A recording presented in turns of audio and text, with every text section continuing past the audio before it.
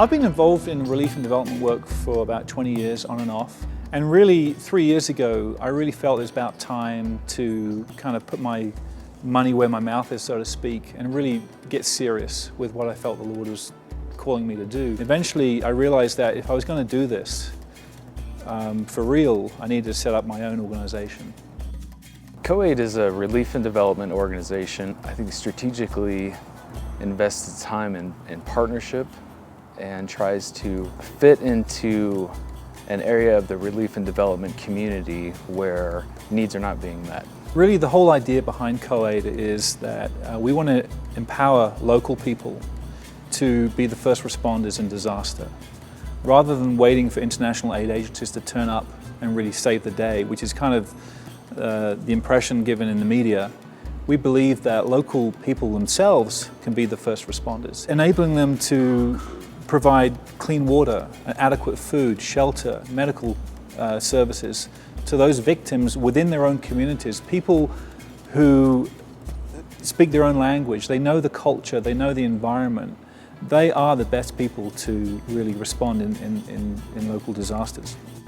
Enable the church to be the face of the response. We want the church to be the face of the first response in these kind of disasters. Certainly in our experience in Haiti and in India, where we've done the biggest projects in the past, we've seen that to be very successful. We've enabled local people to respond to these disasters. Entire Andhra Pradesh, the coastal area is entirely wiped away because of floods. Within 1 week, they have sent thousands of dollars of money to India, and we bought a lot of blankets, rice, oil, cooking pots, cooking oil. Lot of people, they are Hindus basically. So this situation happened, they want to convert to Christian because of CoAid. They came to know about Jesus Christ love because of CoAid. There was a lady in India who was dying of cancer, and we didn't know how long she had to live, but she had some unpaid medical bills. And really her financial situation was such that she was desperate.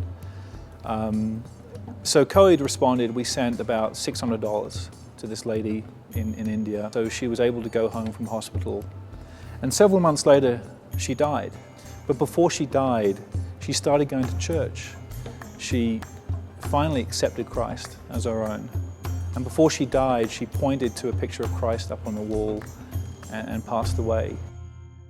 What CoAid wants to do is send teams of people into flood-prone areas after a disaster with the equipment necessary to clean dirty water and provide clean drinking water. This is something which we believe we can do, something that we must do in order to protect and sustain life for these people who are victims of natural disaster.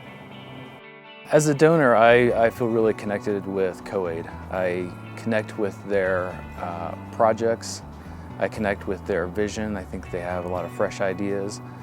I connect with their strategy and the methods with which they accomplish those strategies. At the end of the day, CoAid is not about handing out rice and blankets and cooking oil and shelter and all this sort of things. It's important that we do that so that ultimately we can reach their spiritual needs, which is for them to know Christ. If the reason CoAid exists is to touch people's physical needs so that they will know Christ, then we've done what we've set out to do. We're really an extension of the donor themselves. And through the partners that we work with, like Samaritan's Purse and Hope Force International, these are other great organizations, Fountains of Hope, these are organizations that we've worked with. By partnering with these organizations, we've done tremendous work around the world and will continue to do so.